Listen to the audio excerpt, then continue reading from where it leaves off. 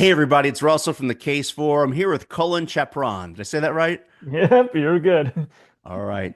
Cullen is one of the many characters on baseball Twitter, as it is known, and he is a great person to talk to. Cullen has been the recipient of the coveted superfan shout out on my podcast, I think multiple times, because I get lazy and I forget who I've mentioned before. I It think you've gotten happens. two. Oh, sweet. When do I get the Five Club like it's SNL? Yeah, yeah, Five-time hosting. exactly. You and Tom Hanks, yeah, and Alec Baldwin, yeah, exactly. Get multiple ones. Well, Cullen here is a huge baseball fan.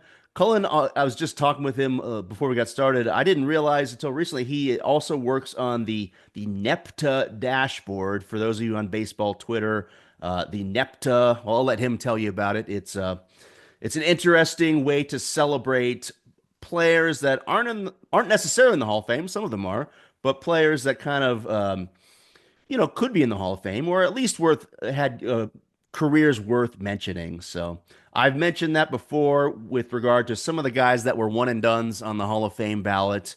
That not a Hall of Famer, but certainly a good NEPTA subject. So without further ado, I'll talk all day. So Colin, why Yeah. don't you tell us a little bit about yourself? So I am originally from Rhode Island, the smallest state. Grew Yeah. up there, born and raised, whole bit, and just fell in love with baseball. And part of what led me to NIPTA as a whole was just it's a very strange beginning where it was just like, all right, let me hop on Twitter because I think I made my account something like early 2023 or something like that. It's like, Yeah. I'll make it. Maybe I'll use it. Maybe I won't. I don't know. I don't care at this point. Follow my baseball team, and I'm a Mets fan. Don't ADR me. Yeah. I'm a Braves fan. It's But all good. It's all good, yeah, man. we can be friends. It's fine. Yeah. It's a good rivalry. When It is a good rivalry. it bothers me when either of the teams are bad because it's like this is And no that's not fun fun. anymore. Not fun. Yeah. Come on. No, Yeah. come on. At least have some playoff implications or something for one of us. Exactly. That Like doubleheader a couple years ago, oh, man, I nearly had a coronary during that me game. too. It was intense. That was intense. That was great baseball. It Anyway. was great baseball, but not good for my heart. No, the EKG was not great after that. Yeah. Yeah. But became a Mets fan Yeah. because of all players, it was David Wright. I was a third Sure. baseman growing up in Little League, and it was just like, all right, I like David Wright. David Wright's fun. And I think on the back of one of my Little League baseball cards, it's like, oh, favorite player, Jose Reyes, because I was number 7 at the time. Yeah. And then I eventually was number 8. I just wanted to play the game. Eventually aged out of it a little bit, got hurt here and there. Oddly enough, broke my kneecap playing wiffle ball of all things. Jeez. Weird times. But That's strange. Yeah. switching back to joining the NEPTA stuff, it was just like, all right, let me just follow all these baseball personalities. And then Not Gay Eddie came up. I'm like, this was probably early 2024 at the time.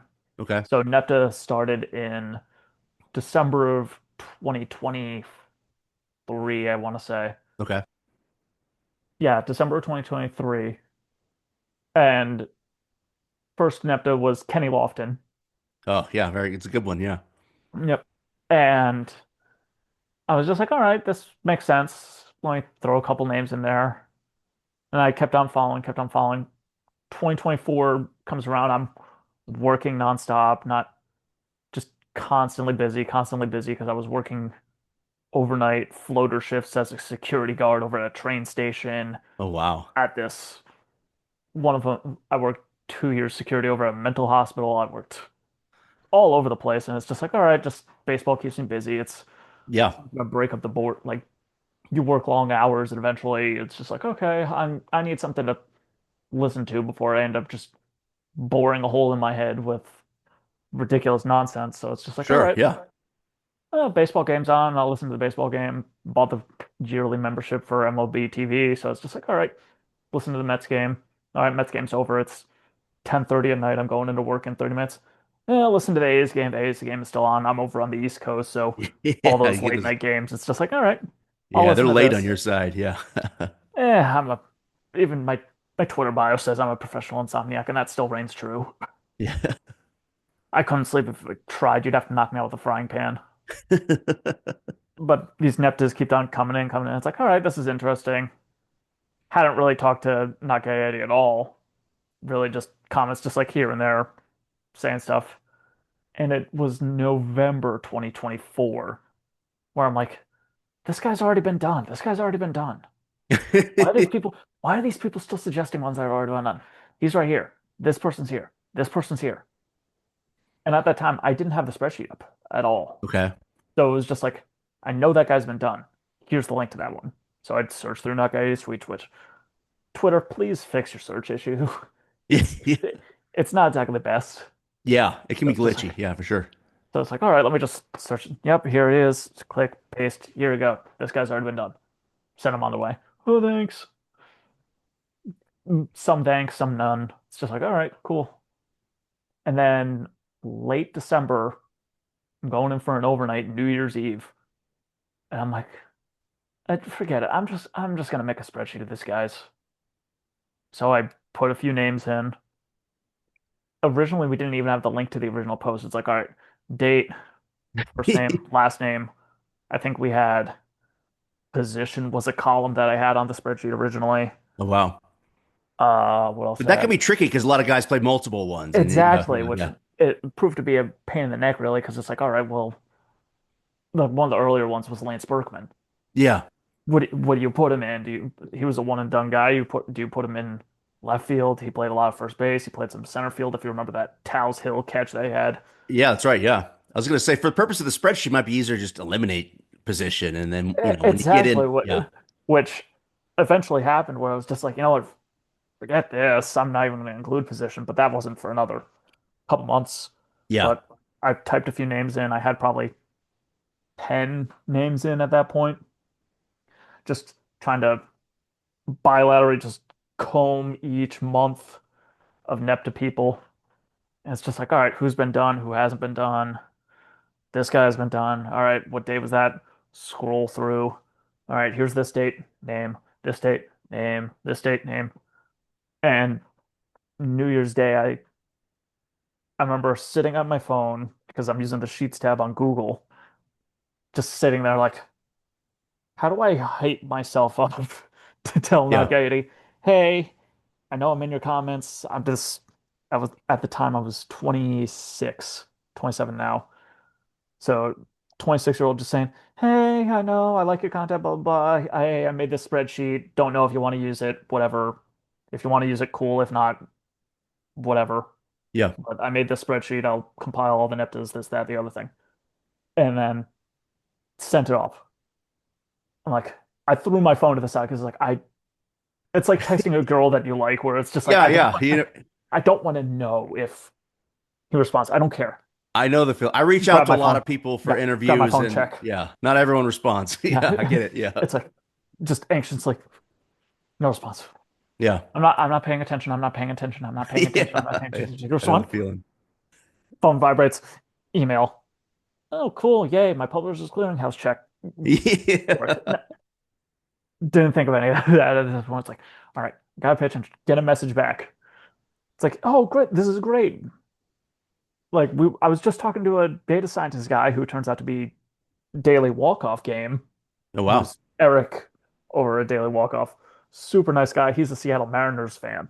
Okay. And this, but not guy sense. This is great, blah, blah, blah. Just keep on working on. I'm working with the data science right now to see if we can get like a dashboard or something up just so they can all be listed out. It's like, okay, that's great.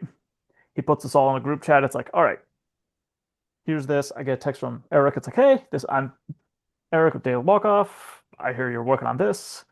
Can you add a column to go back to the original post? Okay. Which makes sense because if you've Makes seen sense. the dashboard or used the dashboard in the past, there's the link that goes straight back to the X post, Twitter post, whatever you want to call it.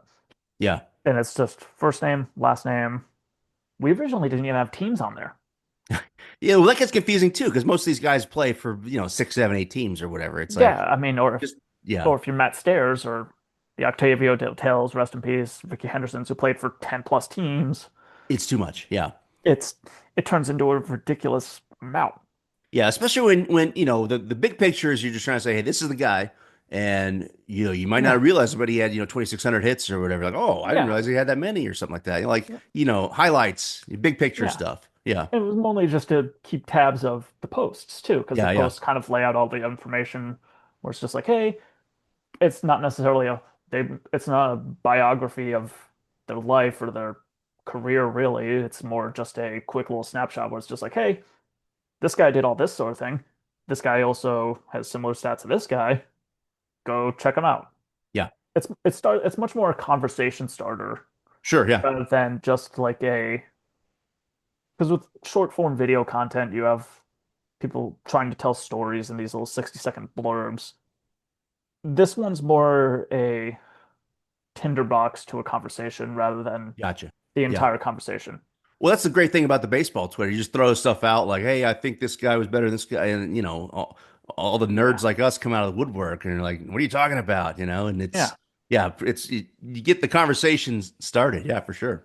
The thing that I fell in love with it was that it's a fan's history Yeah. of the player. Like we had people like we had an episode a while ago on Rico Brogna, Okay. who is by all accounts not a very great baseball player in terms of I don't worship at the altar of WAR or wins above replacement at all. Yeah. I It's don't think it's possible to boil down every stat that exists into one concrete number. sure. Yeah. That's kind of the beef with it. It Yeah, has its pros it's and cons, but yeah, you can't. It's the all-encompassing theory of everything. It's like that's not how it yeah, works. it stats as a whole are much more a gumbo than it is a soup. Yeah, Like for sure. each ingredient shines in its own way, and it's what makes up the player that is the gumbo, as we said. I like that. I like that a lot. Allegory sounds or Yeah. analogy sounds. But it's like, okay. And then you have people, the fans, saying, oh, this guy was my favorite player growing up because he did this.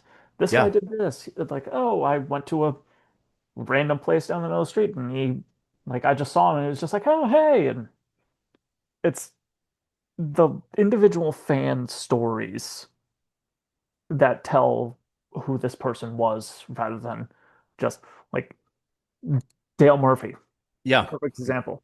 It's Yeah. like, yeah, he has really good stats. He has all these accolades and all that sort of thing. But at the same time, he's a really good person.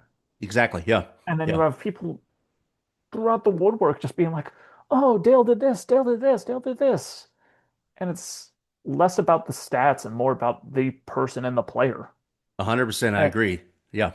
I started doing this podcast in 2023, and that's what, I have my patented three-part, stats, hardware, yeah, fame factor analysis.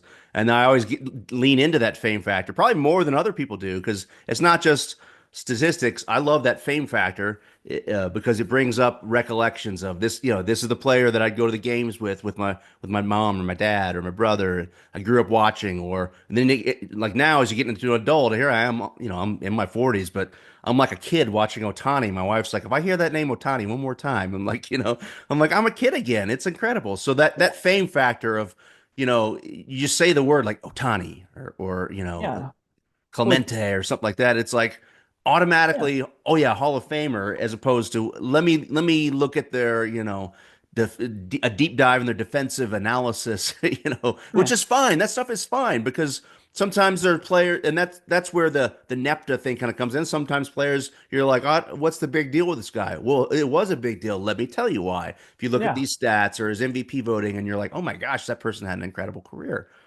So it's I love that your analogy. I'm going to borrow that, the gumbo and the soup. It's yeah, there's certain things that shine that you're like, yes, is batting average, like well Dale Murphy for example. It's like two-time back-to-back MVP. That's huge to me. yeah. To a lot of people. Like, there's So not a lot of people that have two plus MVPs. I think there's no, only four that aren't in the Hall of Fame, and those are all because of steroid yeah, allegations. Like, you steroid. have Yeah, the Juan only Vaughn, Alex Rodriguez. Bonds Yep. and there's Maris. Really, Yeah. well, in term, not including current players because you got Bryce Harper and Otani, and Yeah. they're bringing me in the Hall of Fame. Players that are eligible for the Hall of Yeah, Fame. eligible players, so Eligible like Trout. slash, Yeah, yeah.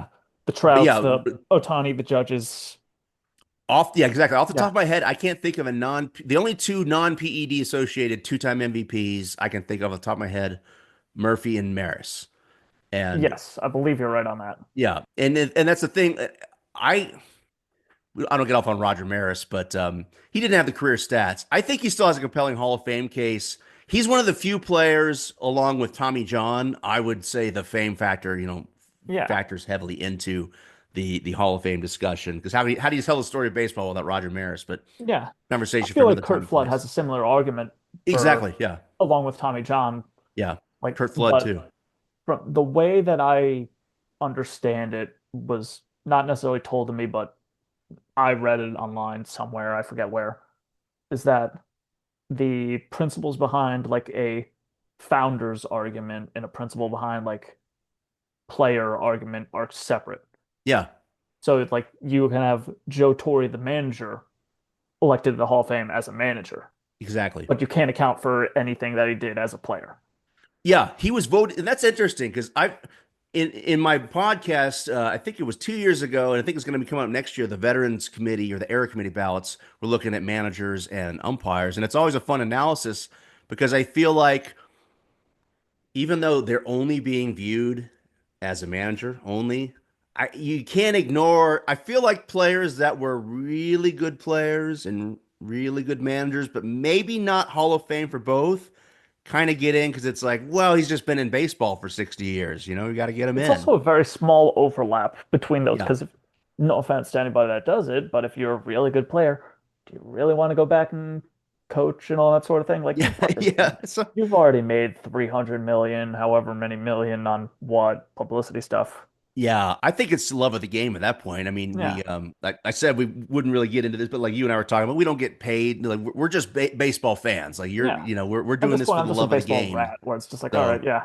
yeah, Joe Torre certainly got paid a lot to manage the Yankees, but I think, take all that away, he's probably like, hey, I get to sit in the dugout and, still play the game. Yeah. I could see it, Yeah. but it's a lot of Like work though. Dusty Baker would be another one.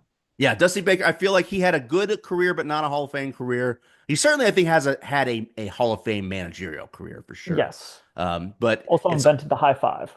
yeah, exactly, exactly. I can't grab right now, but I have a Dusty Baker bobblehead up there. I got at a Dodgers game.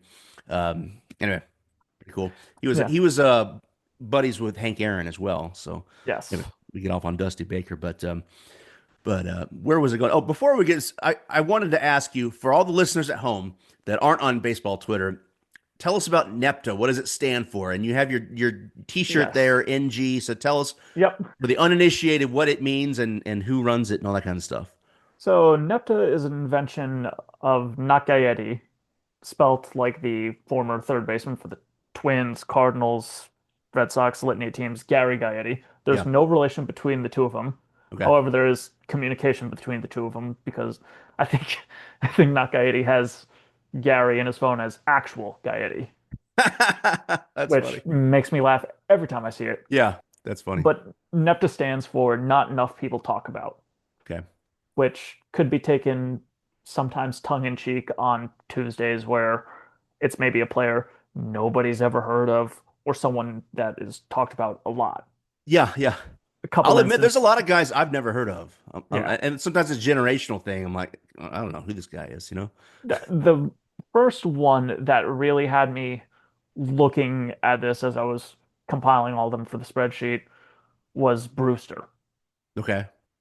who was a one game player for the Detroit Stars of the Negro League, Oh, wow. who pitched, I want to say, 3 innings and hit a double. And that was his only appearance That's cool. at all. Those are still really cool stories. Yeah. The Moonlight Graham players. Yeah. Yeah. Those players, like baseball has had at this point 23,615 total players, which that's a lot. It's been 150 years of Yeah. baseball. That's a lot of players. We've had one umpire at this point on NEPTA, who is Angel Hernandez, which is one of these aforementioned Yeah. Tuesday posts where it's more tongue in cheek. And it's like, oh yeah, everybody talks about this guy. Yeah, I saw you have a link to like a donation for the School of the Blind or something. Yes, that has been in the dashboard Yeah. slash spreadsheet since its inception.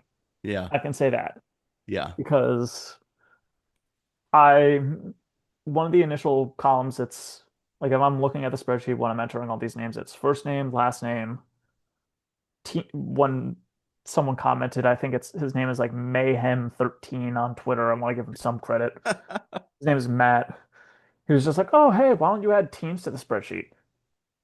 So that way, because if you go onto the Obvious Shirts website to buy any sort of Not Guiding merch, the first thing that pops up is the dashboard. Originally, it was Okay, yeah. just name, link. And I don't know about you, but searching through, there's 436 Neptas at this point. Searching through 436 names, sure, it's in alphabetical order, but it's a pain in the neck. Yeah. You're searching through, it's like, all right, scrolling through, it's like, nope, not him, not him, not him, not him, not him. So adding all the teams in, and I'm like, Angel Hernandez doesn't have a team. Yeah, I didn't have a teams manager. I mean, he's Yeah, umpire. I'm sorry. Yeah. yeah, it's like, all right, well, what do I do for that? So I just put UMP ump, Yeah. but I stared at it for a couple of minutes. I'm like, that's not it's funny, but it's not like innovative or anything like that. I have plenty of Easter eggs laden throughout the spreadsheet at this point. Like we had Roy Hobbs as a Nepta post. Yeah, I saw that. Yeah. Roy Hobbs's birthday on the Nepta sheet, which is a new edition, is Robert Redford's birthday. There we go. There we go. I like that. Yep. I like that. Because I was like, all right, let me just do something. But before that was the Angel Hernandez. I'm like, you know what? What school for the blind do we have locally that does like baseball teaching? So looked it up, and I found one up locally, relatively local. And as I said, I'm in Rhode Island right now.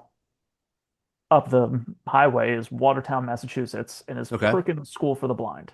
Okay. And they take these blind kids and they teach them baseball. I've heard that, and the ball beeps, doesn't it? Yeah, or something. Yeah. Like not only the beat ball, but they'll like take them to games and they have like the this tactile board Oh wow. for the kids and it's able to like track the runners moving from side to That's side and they awesome. just move along so they can keep track of the game despite being hard of vision or just outright unable to see. That's awesome. And they have this whole program for it. And I found it so cool. I just copied and put it as a hyperlink. So instead of UMP, it just says PER for Perkins School for the Okay. Blind up in Massachusetts, and the link to it. And Nakayati sends me a message a couple days later and goes, "What's that team for Angel Hernandez?" And Yeah. so I sent the link to it, and he goes, "That's really funny." Like, there's funny. So, but we went a while with it. It was the 1 year anniversary of Angel Hernandez, and we talked with Eric over at Daily Walk Off, who does all the coding for the dashboard. So I handle the spreadsheets, everything I enter gets put into a table, and then Eric codes it, sends it out to the masses basically via the dashboard on the website. And we're going back and forth with Eric. It's like, hey, is there any way you can like put this as like a donation link? So it's like, all right, let me just find the donation link. Found the donation link. It's like, yep, here's the link to it. So we're just stretching it out, and he's the only one that has it on there. And I guarantee if we do another umpire beat it, Jim Joyce, Bill Clem, Yeah. Hunter Wendelstedt, John Hirschbeck, I can go on. Yeah. We'll probably put that there. But we didn't tell them that we put that there. We didn't tell Perkins at all. Oh, really? Oh, wow. Yeah. So, because I've there's a YouTuber that I watch who does mostly NFL stuff. His name is Tom Grossi, and he believes in Okay. the concept of chaotic good. Yeah, chaotic good. Yeah, exactly. Yeah. Yeah. So it's like, all right, let me do something good for these people. Like I donated some of my own money to them. I don't know how many people actually donated. I don't I'm know. sure I'm sure people do. Yeah. 450,000 people You viewed the serious? initial posting of the Angel Hernandez tweet with Wow. with the new link. Wow. Now, even if 10% or even 5% of those people viewed that link, clicked it, and donated some of their own hard-earned money out of it, that's still 45,000 people. That's still 20,000 people. Yeah, that's great. And it's for good cause Yeah. and it's all it for out those of you out there listening, I always say my podcast, if you know nothing about baseball, I still want you to be able to listen to the podcast. For our listeners at home, if you're unfamiliar with Angel Hernandez, you probably figured out by now he's an umpire.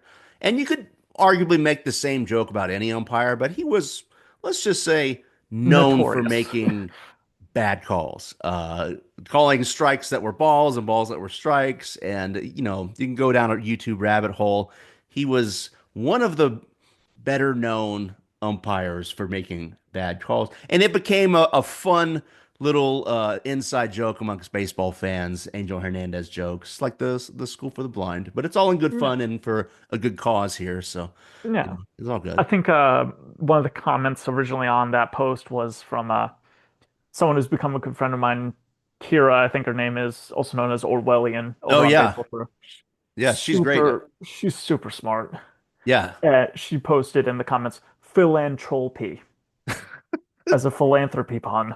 Yeah, she's always good with the puns and the Yes. linguistic jokes. Her Yeah. witticisms are so good. She's very funny. Yeah. It's a good time to mention she and yourself have both been recipients of the highly coveted superfan shout outs on my podcast. So, and the two of you are two of my favorite accounts to interact with on baseball Twitter. If you're listening at home and you're just listening to these podcasts and downloads on your phone, I don't like to talk politics and religion and whatnot on my podcast. And I know people sometimes pick their social media based on, politics, whatever. I just started going on Twitter because that's where people were and that's where everyone chats. And it's a great community and it's a lot of fun.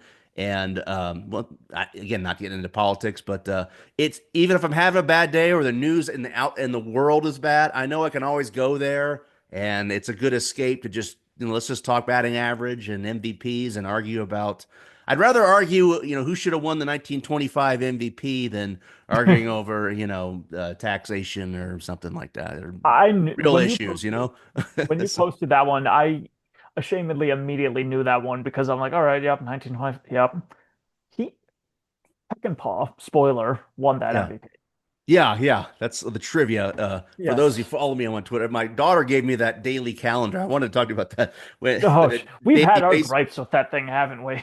yeah, the daily baseball. Yeah, we've had a lot of fun talking about it. My daughter gave me this daily baseball calendar for Christmas. The kicker is, I think there's been now two or three questions where they'll say this person, blah blah blah blah blah, who celebrates a birthday today, and then like underneath it, it'll say famous baseball birthdays. Pete Rose. I'm like, you just gave us the answer. It says Yeah, right here, Pete Rose. Like yeah.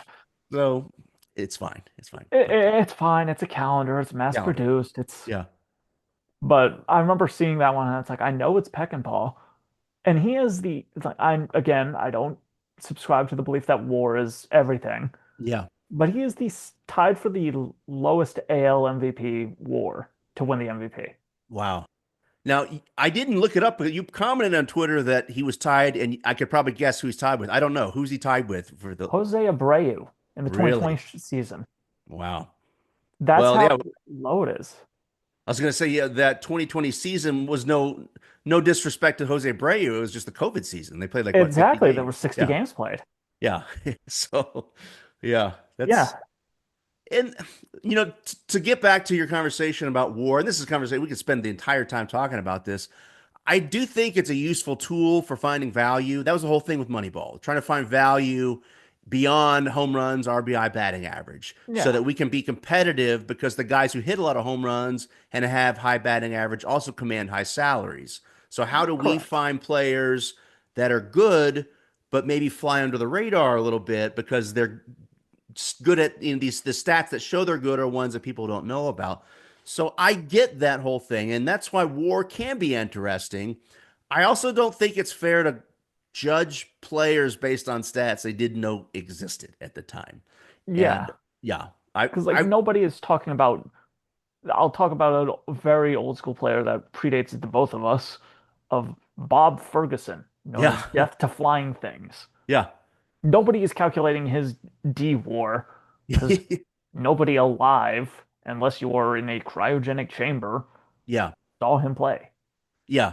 Now it's interesting because in some ways the war conversation reaffirms the Hall of Fame worthiness and the greatness of some players, like Babe Ruth, I believe, is the all-time leader in WAR. I'm Correct. I'm thinking of 182.6, if I remember correctly. yeah. So it's all-time amongst all players. If I'm mistaken, I think it's like Ruth and then Walter Johnson is number two, And and then it's Bonds, I think. yeah, and then I think Bonds, and it's weird because Walter Johnson is number two overall in WAR, but WAR for pitchers, Walter Johnson is two behind Cy Young. I think for overall WAR, they take into account his fielding and his batting. I don't know. Yeah, I mean Yeah. he had a 2+ WAR batting season. Granted, this Yeah. was the 1900s, 1910s, and 1920s where Yeah. He's a good hitter. Yeah. pitchers had to bat. Yeah. Whether you And he wanted, was good. Yeah. like, if you look at Lefty Grove's batting stats, they're abysmal. Yeah. Yeah. Yeah. You could stick a chair back there and probably have a better. I think Lefty Grove of all the qualified batters has the lowest OPS plus Okay. Yeah. of all time at like negative 67 or something like that, Yeah. which OPS plus being a metric that compares park adjusted stats, 100 is average. Anything below that is below average, anything above that, above average. So having one of negative 67 or whatever it ends up being is not good. Not good. Yeah. I think we had a conversation a week or two ago about Nick Markakis and his negative defensive WAR, but that's a conversation for another time and place. Yeah. Yeah. I'm a Nick I Markakis loved fan. I liked Nick Markakis while he was playing. Like growing up in New England, I'm surrounded by Boston fans. Yeah. That's the team of choice. I remember I told my dad I was a Mets fan. He's like, "Well, at least you're not a Yankees fan and you weren't alive for 1986, so I can't be too mad at you." Yeah. It's Yeah. like if it's Red Sox Mets, you know I'm gonna root for the Red Sox, and I know you're gonna root for the Mets. But if it's World Series time, which fortunately they haven't met up since 1986, but it's just like, all right, see what happens.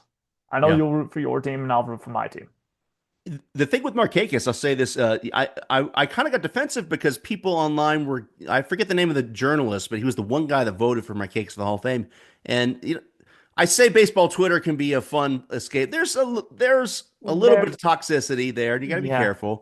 And the guy that voted for him was taking some flack, and I was like, look, I remember because Markakis finished his career with the Braves, and look, he had a neck injury and he had a neck surgery. So when he first started playing for the Braves, he had no power. Again, we were talking earlier. I don't have stats memorized, but his first season with the Braves, if I recall, I think he had like one or two home runs, but he hit like maybe 280, 290. Like he was still good. He just didn't have power because he was still recovering from yeah, the surgery. I was like, hey, that's fine. I'll take a 280 hitter with one home run over a guy that doesn't play at all or a guy yeah. that hits 220, He or he never really whatever. was a homer guy either. Yeah, He yeah, he just wasn't really a power guy. He was more of a contact guy. yeah, he But at was the a end of doubles his guy, which is your yeah, well, that's the speed. thing. At the end of his career, he has more home run. I'm sorry, he has more doubles than Babe Ruth, like the all-time leader in WAR. And I was like, Yeah, I realized, and we were joking with some of our conversations. Well, Babe Ruth's doubles turned into home runs because when he hit the ball, it went 1,000 feet. yeah, And it's like, still, the fact that he has more doubles than Babe Ruth, I'm like,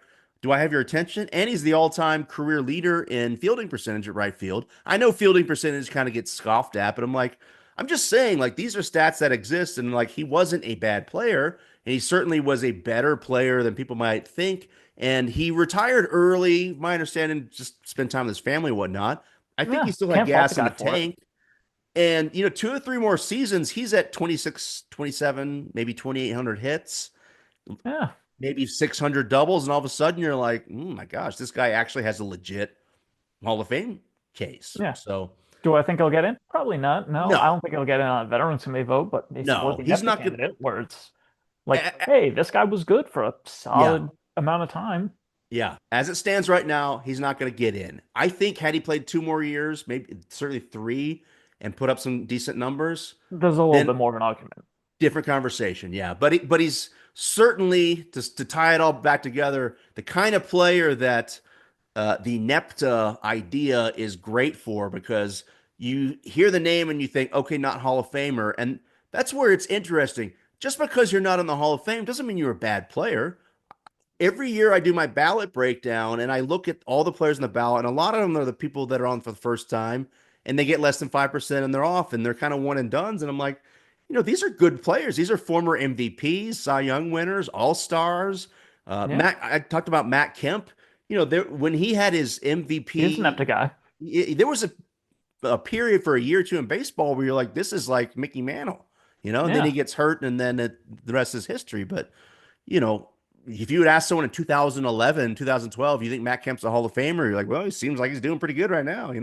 So, Yeah. yeah, But it's part of what I love about NEPTA is that every one of these players has a story to yeah, them. yeah, And it's part of it's that innate love of history where it's just like, all right, yeah. And I would love baseball since I was a kid. So baseball and history, it's just like, yeah, there's this fan. It's like it's a fan-led experience where it's all right. I was a fan of this guy. Like you read the name and then you have all these nostalgic memories flowing back in your head. It's like, oh, I watched that guy growing up, yeah. or he was one of my favorites growing up. It's like I don't, or for some people, it's like I don't really remember this guy, but I remember him being a pain in the neck to face. Yeah, yeah, exactly. And that's something too. I like hearing the former players' perspectives because it's fascinating to me. As fans, we see, again, the Otanis, the Judges, and you're like, okay, these guys are obviously future Hall of Famers, but it's really interesting to hear players and managers talk about, oh, this guy had the best curveball.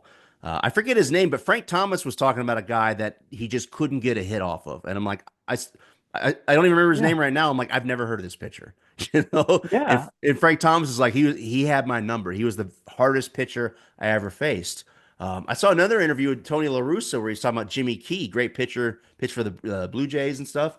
Also a Kind of a recent NEPTA guy. yeah, NEPTA guy, and he said Jimmy Key had the best pickoff move he'd ever seen. It's like these are little things that just because he's not in the Hall of Fame doesn't mean if you're on first base and you're getting a big lead, like this guy, Yeah, if he made it to the majors, there's a reason. And, exactly. and he might have an elite pickoff move, or Omar Vizquel might have an elite glove at shortstop. They may not be in the Hall of Fame, but they are certainly guys you want on your team. You're going to win games with these guys. So, Yeah, like one of my favorite players growing up who I've had conversations with on Twitter, which is wild to think yeah. about. Like if you told 8-year-old Cullen, oh yeah, you're gonna have a Twitter conversation with Mike Cameron one day, Yeah. I'll Yeah. probably be like, what's a Twitter? But also, Yeah. What's a Twitter? holy cow, really? I'm talking with Mike Cameron. It's like I'd send him I sent him something a while ago where I was just commenting on it. And he's just like, oh yeah, that was my dude. Talking about not Fausto Carmona, but the other Roberto Hernandez, the relief pitcher. Oh, wow. Granted, they both Fausto Carmona turned into a relief pitcher. But I'm like, yeah, I'm trying to get that guy to do a Nepta on Roberto Hernandez because he's over 300 saves. Pitched for Yeah, a lot of teams, but saves are valuable to me. If for sure. Yeah. if you're a pitcher and relief pitchers are the kickers, if you're comparing it to NFL stuff of Major League Baseball, it's like if you're good for a while and you're automatic. There's value to that. Yeah. If your team can rely on you for 3 outs a game without giving up a lot of runs, great. Give me It's more very of that. valuable. I'm glad you brought that up because I wanted to sort of discuss the intersection of what you and Not Gayati do with the NEPTA and what I'm doing with the Hall of Fame podcast. I'm looking at, if I'm doing an episode on a player, it's either because I think they belong in the Hall of Fame or other people do. And, there's a threshold, so to speak.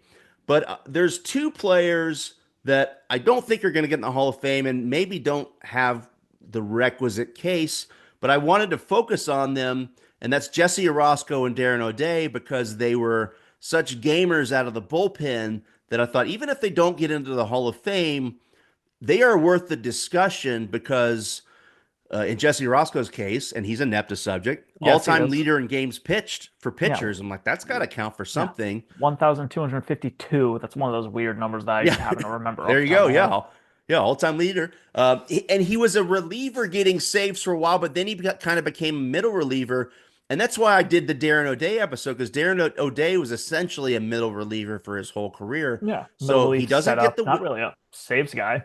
yeah, he doesn't. Well, that's the thing. There's no wins. There's no saves. You don't get the And win if you're a middle holds is reliever. kind of a weird stat too. Yeah, you don't get the save or the win. So I thought, you know what? I'm going to pick this guy. And there's a lot of others you could do it with. I said, how do you? It's sort of like the analytics. Okay, if you can't look at his win total or his save total, how do you know that Darren O'Day is a great player? We look at innings pitched. We look at earned runs allowed, hits allowed. If I Yeah, recall correctly, his career ERA is lower than Cy Young's. Now, timeout. Cy Young Yeah, pitched like I think 6,000 or some something ludicrous innings. amount, an amount of innings that would cause my arm to fall off. Yeah, yeah. So, and I say in there, I compared him to Kershaw and Cy Young and some of these greats in terms of some of his stats. And I said, I am not saying Darren O'Day is a better pitcher than Cy Young or Clayton Kershaw. I'm only saying that, his ERA was better. So I thought that was interesting in terms of an intersection between what you guys are doing and what I'm doing. I focus on Jesse and Darren, knowing they're not going to get in the Hall of Fame. And I don't know if I would, I might vote for Jesse. I don't think I would vote for Darren unless, you got to remember initially there was sort of a reticence to vote relievers into the Hall of Fame. Yeah, Because, I think there's only a few. I think it's Smith, Rivera, Hoffman, yeah, Gossage is in there. Eckersley started out as a starter, yeah, yeah. but So this it's a very finite na amount of names. I Yeah, and the voters have come around to it. But I was going to say, if there ever becomes a day when the analytics and everything gets good to say, look, these middle relievers, 30 years from now, if we're looking back at middle relievers and maybe we have a quantitative stat, I know they have holds. That never caught with me. I don't, Holds are fine, but they don't. It's a weird stat because yeah. I think you can get a hold, but the team also can get a loss. Yeah, it's strange. It's Here's the thing, and designated hitters at first there was sort of a reticence to get them in. Edgar Martinez is in now. And Otani's winning MVPs as a hitter. If there's a position in a designated role, excuse me, in baseball, and you're very good at it, arguably the best, then I think that makes for a Hall of Fame case. Certainly a discussion of like, hey, this guy isn't very is very good. So that's all I'm saying. I didn't mean to get off on a soapbox on Yeah, Darren O'Day, but um, it's just like here is a position, a middle reliever, and this guy did it as good as anyone else. Jesse Orosco did it as good as anyone else. Does that get him in the Hall of Fame? Probably not, but I think they're yeah. worth a discussion. With the stats that we have right now, I don't think O'Day gets in. I think there has to be a Yeah, stat conceptualized to be like, this is how good middle relievers are, because there's no real, as we both talked about, there's no real stat for them. Like isn't a yeah, thing.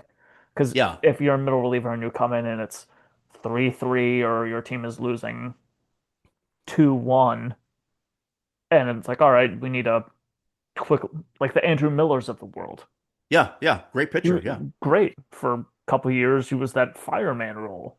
yeah. Fireman's and yeah. I use that term on the Orosco episode because that's one of the things that made it hard for relievers to get in initially is they weren't seen as guys that were coming in a clean ninth inning. They were brought in when the starter got in trouble with that mentality of, yeah, you're going 9 innings, Cullen. And it's like, oh, Yeah, shoot, Cullen's in some yeah, trouble here in the eighth. Jesse, yeah, get out there. yeah, So their they're gonna get dinged on some runs. I'm like, I'm gonna eat part of this, sandwich yeah, here. So uh yeah. made things But difficult. there's no real stat for them right now. Yeah, I'm with you. I'm with you. If Because you need a way to quantify it. Yeah. And maybe they'll invent that. Maybe they'll invent some sort of way to quantify the middle reliever. But until then, yeah, I don't see them getting Well, in. even with middle relievers, I think ERA, especially for relievers, is such a volatile stat because, Yeah, well, what is ERA? Earned run average over innings pitched. exactly. Yeah, And if you're only pitching 1 inning, maybe 2 inning spurts, and you, heaven forbid, have a blow up game where you give up 3, 4, your ERA for the rest of the year is screwed. yeah. There was one year Otani had a 37 ERA or something because he only pitched a few innings, and it's Yeah. like this is Otani. Yeah. Uh, There's a pitcher, I don't know if he's in the majors anymore, Mike Meyer, yeah, Mike Myers. He was a Cardinals pitcher, not can be confused with the lefty submariner yeah. Or who, the serial killer with the Shatner mask, or a different Shrek. Mike Myers. Yeah. Yeah, Or or Shrek Austin or Austin Powers. Powers. Yes. Yeah, yeah. Not to be Anyways, confused with that one. Different yeah, spelling yeah, mentality. yeah. But he came in, I think he went either like 1 inning pitcher, got like one out. He had an ERA of 108 That's ridiculous. after Yeah, his major league debut. yeah. And then you have also people like Alan Travers came into a game in the 1920s and gave up 24 runs, pitched 9 innings. That's insane. Gave up It- 24 runs because Ty Cobb got suspended for a game because he it- didn't care if he had no stinking feet. yeah. And that's why you raised the issue of firemen. Not reliever. Now that the role of a reliever is established, those guys are coming in clean. Unless it's World Series Game 7 and you want Aroldis Chapman in on the eighth or something because you want your best guy coming Yeah. in the eighth or Or whatever. it's like a lefty lefty matchup, or Yeah, it's all yeah, matchup based now. It's like there's yeah, with the three batter minimum now a thing, and Kira hates this word, but loogies being a yeah, thing, lefty one out guys, which Orozco became later in his yeah, career. You don't, it should be more, if you're a reliever, it should be earned runs per appearance. yeah, yeah. And that's the thing when you're broad, the middle reliever guys now they're the firemen, Yeah. and you're going to eat some runs. But and this is where again the fame factor, the eyeball test. I bring in Cullen, bases are loaded, and Mike Trout's at the plate, and you get Trout to pop out to shallow center, and the runner scores, but you limited the damage. It's like Cullen, you got Trout to pop up, that's good, Yeah. and then you got a double play on the next ball.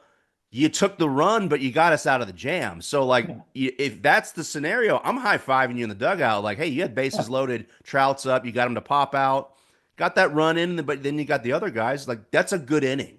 Like, I know they do keep track of runners stranded Yeah, yeah, and like inherited runners scored. There's that percentage, but I don't think it's yeah, become more in vogue yet, where it's like, all right, how many runners did you strand? Like if you came in with that situation, like if you Russell came in, bases loaded, runners on second and third. I know Pete Turner over at Break It Down show is trying to come up with like a win win percentage added per game calculator, yeah, something like that. I've talked to him a yeah. little bit about it, but he hasn't conceptualized it for pitchers. But for what adds win percentage added for a batter is taken away from the fielders, the pitcher, whoever. Yeah, it's great. Pete's great. I've been on his show a few times, and I love how Pete's always trying to push the envelope with analytics and statistics. So, Yeah, kind there of get has off to on a be like rabbit. some sort of melding between the two. There is no like it's such a complicated thing. Yeah, yeah. We're getting off on a rabbit hole here, and I mentioned here I try to keep my interviews at about an hour. We've been going a little under an hour, so I don't want to keep you too longer. I think I mentioned to you before. So we've talked about NEPTA, what it is, who's kind of doing it. I wanted to ask you if you had. I think told you to come in with your top five, but if you Yeah, had even a top I three or had top trouble one. with this because some of these guys they're good, but they don't have really a case for them. Like I was looking at some players, like all right, let's see who got. And my first thought was tying in with relievers, John Franco. Yeah, I've done an episode about John Franco. Yeah, And I was looking at it, and I'm like, yeah, he was fine, but he wasn't. Because what I look for in any sort of player is, all right, were they good over an extended period of time? yeah, Yes. Okay. Do they have a fairly distinguishable peak? Like where they were one of those top five or so players at their position for a while. yeah. And I'm like, I don't see that with John Franco. Yeah, I brought that up in my episode. I don't think he was the best reliever in baseball. I'm looking right now. He's number, I think, six all time in saves. Let me see Yeah, if because he that's has, right. I looked at it recently too. He's at like Or, 424 behind, yeah, he's obviously seventh. Rivera, Hoffman. Yeah, he's seventh now. Kimbrel and Jansen have shot up. I think since my last episode. So Yeah. seventh, yeah, 424, just two ahead of Billy Wagner that just got in. Yeah. And But Billy John, Wagner has that peak to him. he does. Like you and I could both say it because he was with the Phillies for a little bit, and sure, Yeah, Billy was with the Mets. He ended his career with your Braves. You had that moment where if Billy Wagner, like if you're playing the Astros or playing whoever, you get eight shutout innings from be it Clemens, Shane Reynolds, Pettit, whoever else is Oswalt, who's yeah, also a NEPTA guy. You're like, oh great, you get eight innings of this guy, and then it's like, all right, you got this fireballing lefty with a wipeout slider and a 100-mile-an-hour fastball. yeah, You're screwed. yeah, It's yeah. eight So innings of hard fought ball, but if you make it and you're down by a run, you're done. yeah. And I don't know if that fame factor was necessarily there for John Franco, but in terms of the stats, I mean, he is he in terms of saves, so seventh all time, most all time saves for a left handed pitcher, How which is close one is of those Chapman little. behind him? What's that? How close is Chapman behind him? Chapman has 367. So I always thought he had assuming more. Chapman, and he's 37 years old. So let's assume he gets 30 this year, 397. Chapman may not catch Franco. I don't know how many. I don't know if he's on a one I year think contract or 2 year or I whatever, think he but signed one of those like 1+1s with the yeah. Red Sox, where it's like 1 year, but then a 1 year player option. Yeah. Well, it's like a 2 year deal. He But stays healthy. I think he's got a chance of catching it because if he does, as you said, 30 this year and then 30 next year, there he is. He's at 427. Well, it's funny. Speaking of Aroldis Chapman, because I mentioned him earlier, I feel like by reputation, my mind immediately just subconsciously went to who's an elite closer in the modern game, Aroldis Chapman. And if he Yeah. is the all-time leader for saves amongst left-handers and has that sort of fame factor, maybe he has a better Hall of Fame case than John Franco. I don't know. I think Jansen has a really good shot too. Yeah, I think Kimbrel and Jansen will get it. Now, the thing with Jansen is that, of course, there's always a drop off, but Kimbrel had a pretty dramatic drop off. It Yes, it was, was much more sudden. It was yeah, flat, flat, flat, flat, flat cliff. yeah, and maybe the election of Andrew Jones is helpful because that was the knock on Andrew is that he was the best center fielder in history for 10 years, and then he basically wasn't, Yeah, So I forget. It might have been one of your tweets that I commented on. I forget who I was commenting on from, but it was just like, Andrew, I hate you, but not for the reason you think. Because, as I said, Mets fan. If yeah, that ball gets hit to center field, it's 90% chance that Andrew catches that. yeah, As long as it's like, if it's not 20 feet over the wall, Andrew Jones has a chance of catching that. yeah, Be it that like a 45-degree radius of the entirety of center field. Chipper's probably not going to catch it. No offense to Chipper. no, Whoever was in right field for you, be it Matt Diaz, Sheffield for a year, whoever else, yeah, go they're not triple catching that. reunion. Yeah, Or JD Drew for a year, they're not catching yeah, that. no, they're not. That's funny. You're bringing back memories. Well, I wanted to talk about one of the NEPTA guys. Speaking of memories and favorite players, one of the NEPTA guys, I know Not Gaetti talks about him a lot. He's a big fan. One of my favorite players. I'll show you real quick. I got an autographed baseball here. I don't know if you can tell who that is, but it's 1991 World Series. Is that Ron Gant? It is Ron Gant. Yeah, Ron Yep. Gant is one of my all-time favorite players. My favorite Brave for the post Dale Murphy pre-strike period, Hmm. and I know he's on the NEPTA dashboard.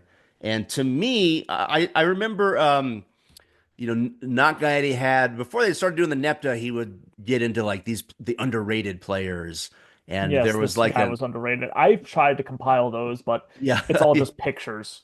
yeah So it's yeah pictures I'm yeah 27. I wasn't around for like I know most of the players from 80s, 90s, 2000s on.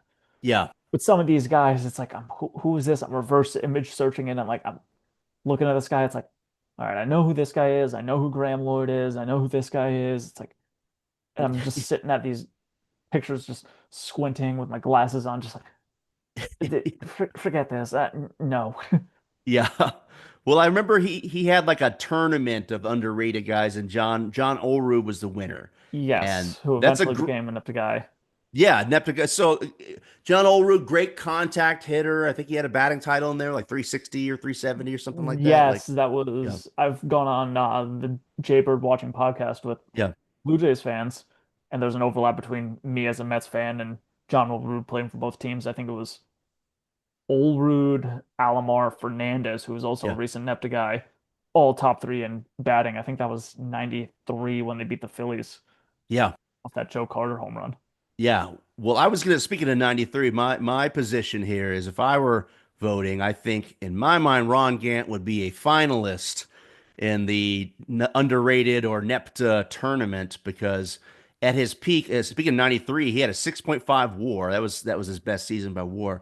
91, 92, and 93. Now people always think of the Braves, and I knew this was going to happen when Chipper got in the Hall of Fame. His plaque says something like, face the 90s Braves. I'm like, timeout. Chipper was a rookie in 95 and 96, 97, 98, 91 through 93. 91 was the worst of first season, and that's when everything started. And the slugger, well, the two sluggers for the Braves, 91, 92, 93, Justice and Gant. And Ron Yeah. Gant was a two-time 30-30 guy. Actually, yeah, I'm sorry, one-time 30-30 guy. He had one 30-30 season. No, he had two 30-30 seasons. Here I am. Yeah. That's why I got baseball reference pulled up. Two 30-30 seasons. He's a guy, if I get on my soapbox a little bit, Yep. Feel free. It's your show. yeah, 16 years, 321 home runs, 1,008 RBI, 1,080 runs.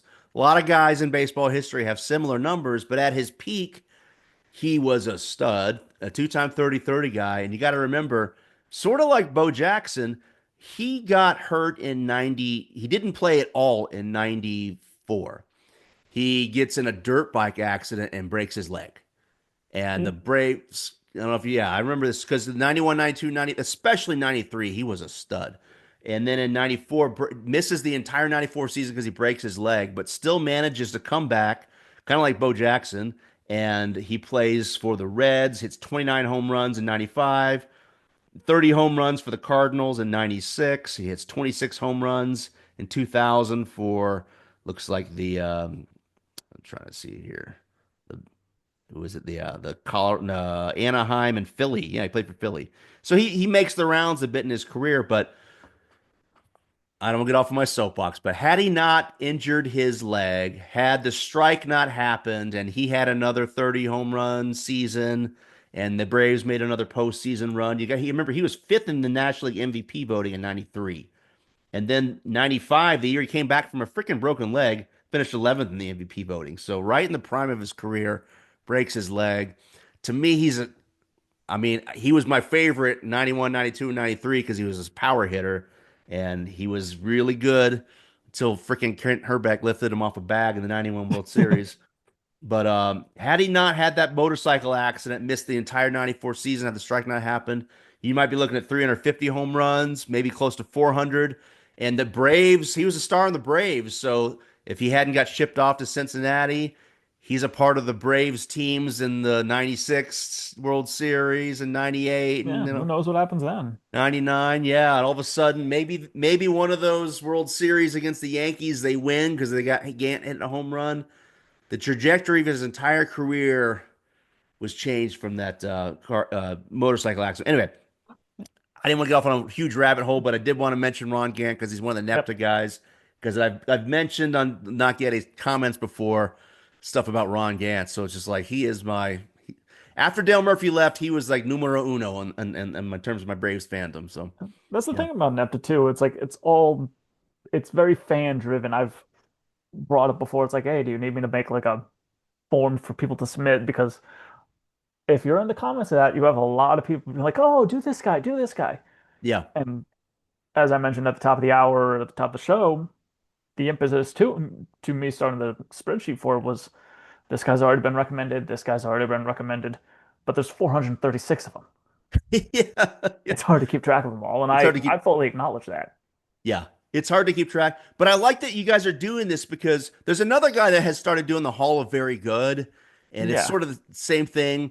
And that's an expression. I mean, I've been a baseball Hall of Fame nerd ever since Dale Murphy retired because I was like, oh, he's gonna get in the Hall of Fame, and then he didn't, and then the genesis for Yeah. all of this was like me as a kid, like, why, mommy, why isn't Dale Murphy in the Hall of Fame? Kind of stuff. So I've been a fan of all this stuff for years, but there's players that just aren't going to get in the Hall of Fame, but they're still worth mentioning. And I'm glad you guys are talking about that because I think, again, guys like Bill Madlock, I'm looking through the list I made of some of the Neptas, four Yep. batting titles.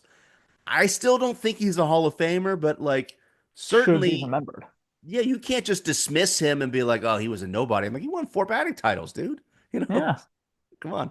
Like the thing about Nepta too is it's it's a ballroom chat where you and your friends sit around just shouting a random name in the hall, Yeah, seeing what echoes back.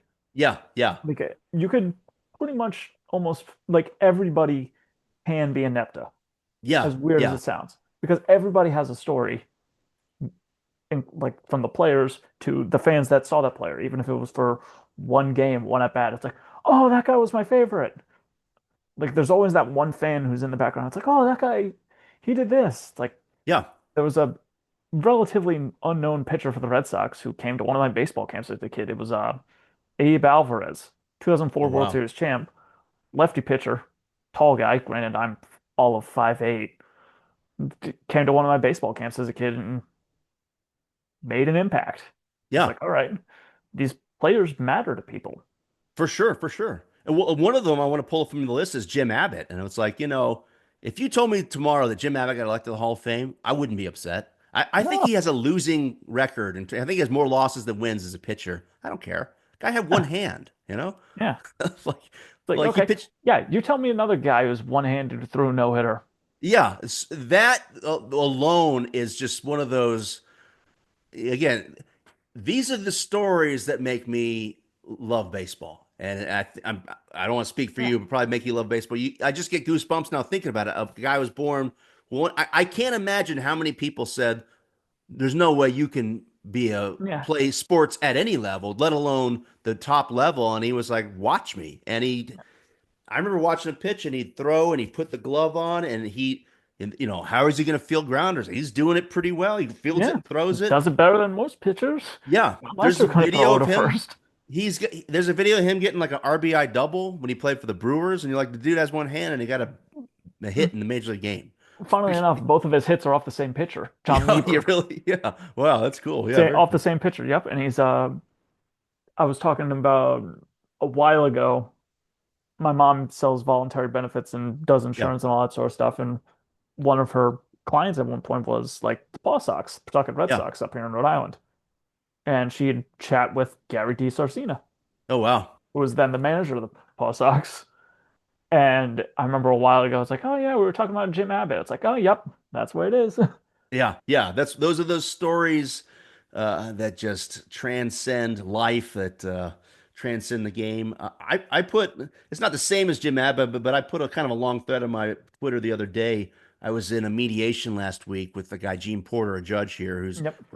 his grandfather played in the minors briefly, but one of his grandfather's teammates in the minors was a guy named Manuel Onis. So it did kind of a deep dive thread about had a moonlight grand moment. One game, one at bat, one hit. One of I think 22 players in Major League Baseball history to get a hit in their only at bat.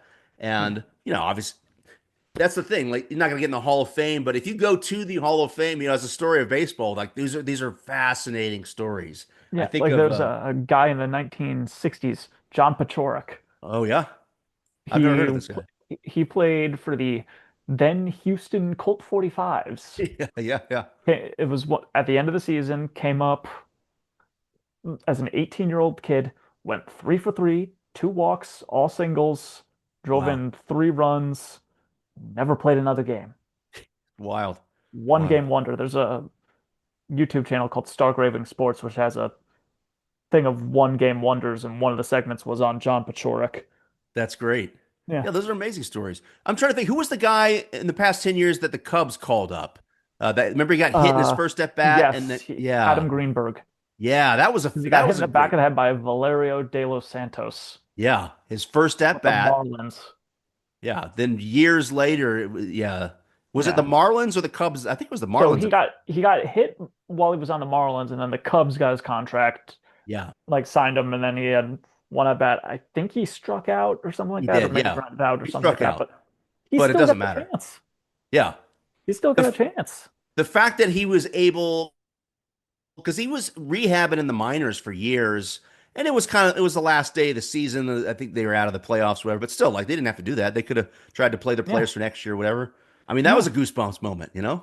yeah. That was cool. Yeah. Like imagine like getting over the fear of getting hit in the head. I mean, it's a 90-mile-an-hour fastball, or however fast Valerio de los Santos threw, probably Yeah. because I think he played De Los Santos played for like the Blue Jays and a couple other teams. Again, relatively nobody guy, but everybody has a story in baseball. Yeah. Everybody. Yeah. And the thing is, with a guy like that, you never know what's going to happen. I had a couple players in mind when I've had the idea for my podcast for a few years, and then I got lazy. And by the time I finally got to it, several of the players that made me want to make the podcast were already in the Hall of Fame. Big one was Fred McGriff. Another was Minnie Minoso. Yep. And kind of in with the story, if you know Minnie Minoso, he played I think in 5 or 6 decades.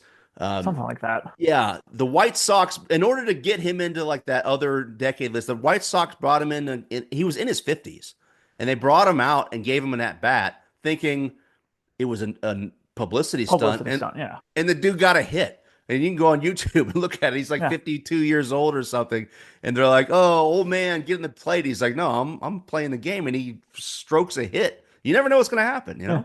I mean, I feel like Julio Franco could still play if he wanted to. Easily, easily. Yeah, there's Yeah. always pictures of him online. I'm like, that dude can play. He played till Yeah. he was 48 or whatever, you know. So Yeah. He played, he could easily have still have at bats now and fit perfectly right in. yeah, for sure, for He sure. was a, he's an epic guy too. Yeah, yeah. We're getting kind of short on time here. I know I did want to put you on the spot with your top three or top five. Maybe I'll just go with the top one. If there's, has there been like a do you have a of the NEPTA guys? Like, do you have a favorite or, you know, I really don't. Like they really all are interesting in their own way. Like obviously my favorite player of all time is David Wright, who is NEPTA yeah, number 300. Do I see him getting in the Hall of Fame? Probably not. Maybe like a later down the line thing, but right now, no. But I don't really have a favorite NEPTA. That's the thing. Like yeah. they're all equally interesting to me. Yeah, story baseball, man. Yeah. And David Wright, I've mentioned him on my ballot breakdown episodes. There's a condition, well, that's a condition, part of the language of the Yeah. voting. I'm paraphrasing here, says they take into account the character, sportsmanship, integrity, et cetera, and impact on the team in which they played. I'm probably butchering Yeah. it. But I mentioned that with regard to David Wright because he holds a bunch of Mets teams records. And I'm like, he doesn't, he was on a Hall of Fame trajectory. Injuries cut him short, tale of Yeah. we've heard 1,000 times. But if you were going to make an argument to get him in, he had a tremendous impact on the Mets, holds a lot of team records, and was the face of the franchise for a decade. Yeah. So if you told me tomorrow he got in, I wouldn't be upset. Well, he doesn't hit the numbers, but I get it. He's the face of a franchise for a decade. Yeah. And like you think of all the things that he's done. Like he was the Jeter of the Mets, Yeah, he how was. I Yeah, put it. yeah, And yeah, I will say the one guy that I will always nag for why he isn't in the Hall of Fame is Dave Stieb. yeah. Always. Another great Blue Jay pitcher. Yeah. Always. Just I think, and no offense to Dave Stieb, he screwed himself a little bit How with the way. so? So, if you don't know Dave Stieb, retired in '93, came back in '98. Okay. The way the Baseball Hall of Fame works in terms of eligibility is hasn't played for 5 years Five or is years. Yeah. retired. Yeah. Because he came back at the '98 time, he postponed it by another 5 years. Okay. So if you're thinking, okay, he's hasn't played, at that point, it's 2003. Your last real good seasons were in the '80s. Sure. You're the audience that had seen you play, that has become voters in that time, probably don't remember those '80s years. Good point. Yeah. Good point.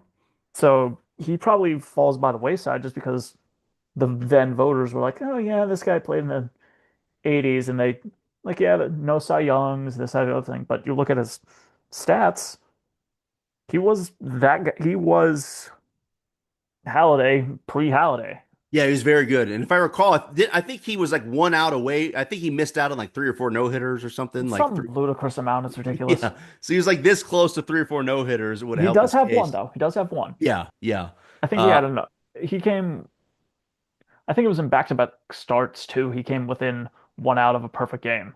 wow. Yeah. That's it. Yeah. Yeah. That's a, at that point you just like the first time it happens, you're probably angry, you're probably upset. The second time it happens, you're probably laughing it off a little bit.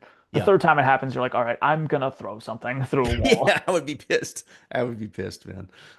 Yeah, that's a good one, Dave. I didn't realize he took 5 years off and then came back. I guess Yep. from his point of view, it's like if you want to just play baseball, like who cares about, Yeah. I haven't had players on. I'd love to have players on to ask, like, hey, when you're playing, are you thinking about the Hall of Fame, or are you just thinking, man, I want to get on that field? Like, I Yeah. imagine they just want to play. Yeah. And a very funny twist of fate with Dave Stieb when Roy Halladay, who was throwing in his second career start, he was throwing a no-hitter Wow. Wow. against the Detroit Tigers, and then Bobby Higginson, who's also a NIPTA guy, broke it up by hitting a home run to left field. Yeah, Who wow. catches that ball while in the bullpen? But Dave Stieb. These full circle moments, man. It's wild. It's baseball is a flat circle. Yeah, I love Ironic it, man. considering it's an orb and a sphere, but it is a flat circle. I love it. I love it, man. Well, I don't want to keep you much longer. I don't know if there's anything. I always give my guests a chance to plug in. Is there any projects you're working on in the future? Anything you want to plug here before we get going? Well, if you need me, I'll be over on the dashboard, just plugging and chugging with numbers, players. If you happen to view the dashboard and you like what we do, feel free to follow Not Guy Eddie. You'll find me in the comments everywhere over there. And if you have any suggestions, comments, concerns about additions to the dashboard, just any information you want on it, feel free to reach out and ask me. Be happy to answer whatever questions you got. Sounds good. And you've got that shirt on there, that NG shirt. You guys sell I those do. through Obvious Shirts, right? Correct. This one Yeah. is the blue one. I think we sell these in all sorts of colors. Even if you are a hunter, we sell these in camo with an orange circle around it. So it just ends up looking like a floating NG head. That's great, man. That's great. Nep to doe hunting or what? I don't hunt, but that's funny. Yeah. Yeah. I grew up in the South. I had a lot of friends that did hunt, so maybe they'll be popular. Well, very cool, Who Cullen. knows? I don't know the market for camo Nepta shirts, but I'm sure someone's bought it. Yeah, I'm We sure they also have, man. have hooded sweatshirts. We have a trucker hat up there. Very What else cool. we have? We have a lot of stuff. I'll have to go. Yeah, I was looking in there. You guys have some shirts for particular players. I was like, I'm noticing a lack of Dale Murphy and Ron Gant swag. So I that's. will say those shirts are sponsored by the MLBPA because they're Oh, active okay, really, players. Yep. really. Which is a huge deal, really. Yeah, I was Because about to say you got to get their image likeness and whatnot. Yeah, correct. yeah. The Freddie Freeman one, I was like, I might have to buy that one. So, Yeah. um, It isn't but Dodgers colors though, which I know isn't yeah, entirely your speed, but do you think you can stomach that? I'm not gonna lie, that gave me pause. I've Yes, got several Freddie Freeman bobbleheads. of course. But they're all in Braves. We still love Freddie on the Dodgers. I've been following as you follow me on Twitter. I love to do the hashtag Freddie doubles because I think he's on pace to potentially break the all-time doubles record if he stays healthy. We'll It's a see. steep climb. I think the doubles record is 792. It's tough. Yeah, yeah. If Yes. he passes 600, that gets him into rarefied air. That gets Yes. him. That's not to tie it in, but that's what I say with Markakis. If he had played 3 more years and got over 600 doubles, he's got a real Hall of Fame case. Obviously, he doesn't have the accolades of Freddie Freeman, but that's legit territory, all time Yeah. territory. So, yeah. But maybe I will get one of those Freddie shirts. We'll see. Yeah, I'll think No, about it's it. always there if you need it. All right, sounds good, man. Well, I don't want to keep you much longer, Cullen. It's been great having you on here, and I look forward to chatting with you in the future. We'll have to do this again sometimes. Absolutely. All right, man. Take care. You as well. All right, I'm going to end this here.